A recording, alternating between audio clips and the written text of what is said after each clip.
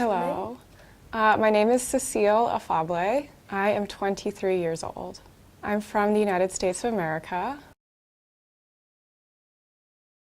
The first time I came to France, I was 16. It was just for 2 weeks.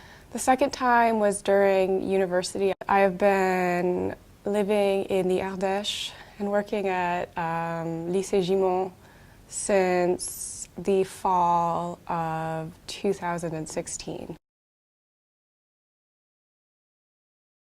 I came to France because I studied French a little in university and I wanted to keep learning.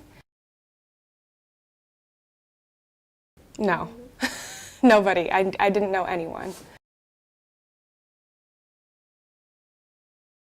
Someone came and met me at the Gare Routière, at the bus station, when I first arrived in Aubenas, but that was it. I was excited. Why? It was a chance to try something new and experience a new place, a different culture. It felt like an adventure. It is an adventure. It still is an adventure. The language, definitely. I'm not sure that that will ever go away. And actually not even just the language, just like all the cultural subtleties that are encoded in language, that are implicit in the things we say and how we say them. That was really difficult for me, was like these big gaps between French and American culture that even if you speak the other language to a certain degree, like there's always the culture behind the language, and that was very hard to get used to. Another thing that is still difficult, although it's changing, was finding food that I can eat when I go out because I'm vegetarian. I remember actually I went and it was a class of, I think, Gimond that I was with. And everyone was really excited to see me.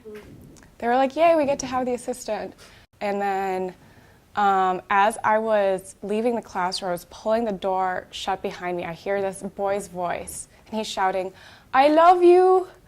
And that has really just stuck with me. I thought it was so funny. So yes, I think you could say that I received some attention. But yeah, it was a little scary being in front of a bunch of teenagers and you're trying to teach them your language and you speak their language, but you're used to speaking their language to adults, and teenagers can talk really fast sometimes. So it was exciting, but it was a little scary. I was an investigative journalism researcher, so I was not a proper journalist, but I worked with journalists to help them get the information that they needed to write their stories. And I'm an English language teaching assistant. There's a different rhythm of life in France. The time seems to pass a little more slowly here, and people are more interested in taking their time to enjoy things.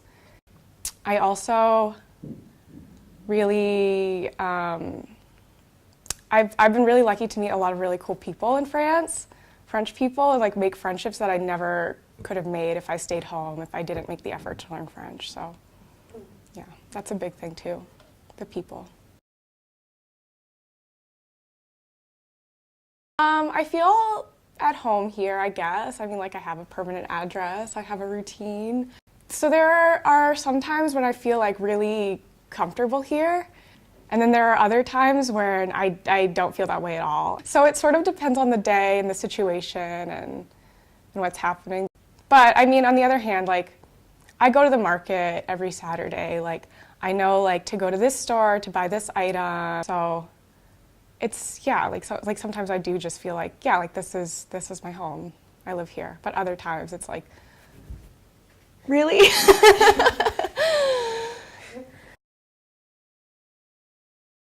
I will be leaving in April. That's the end of my contract. And it is uncertain if I will be back. There are a lot of people that I miss a lot, and there's a lot of things that are pulling me back to the US, and there are things that want me to stay here, but I think the things that are pulling me back are stronger.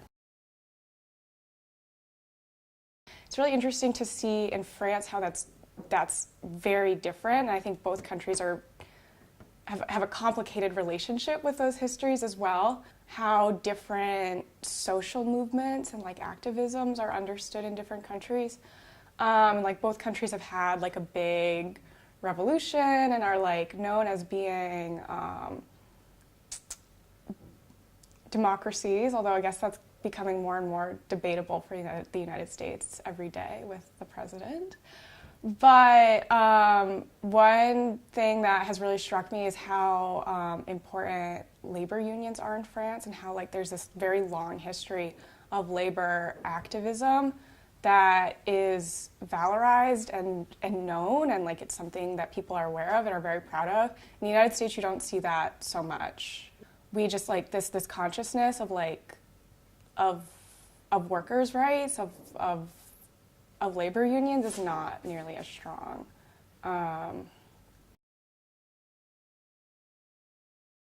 Okay, so French people are always telling me that like, oh, on est nul en langue étrangère en France, blah, blah, blah.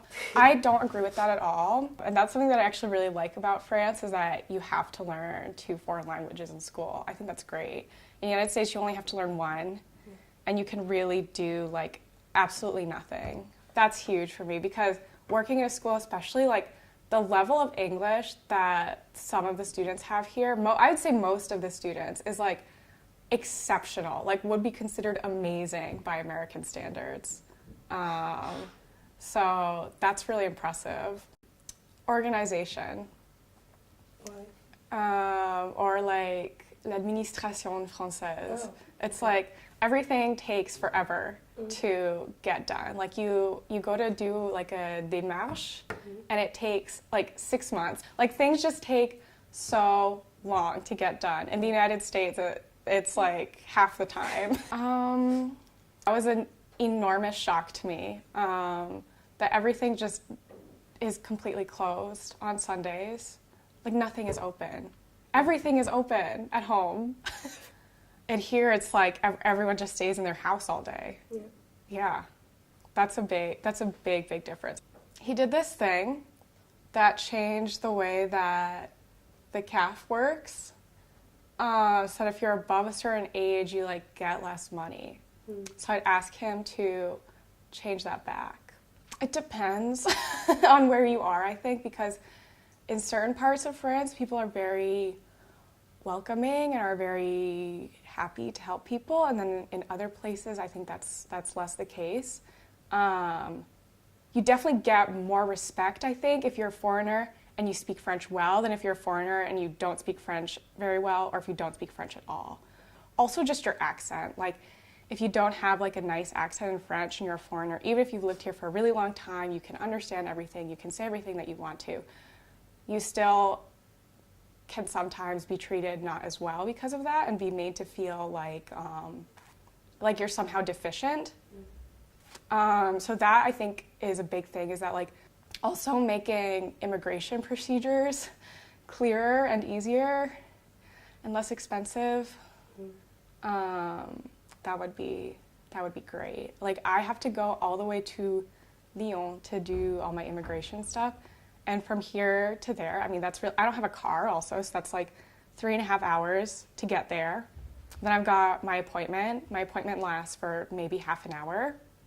It might be running late also. So I'll maybe get there for my appointment, then have to wait for an hour. Then I have my appointment, and then I have to come back to Aubenas. So maybe making it so that I don't have to go to Lyon. Anyway, not having to spend 60 euros on train tickets to do something that is required of me to reside here legally, that would also be cool.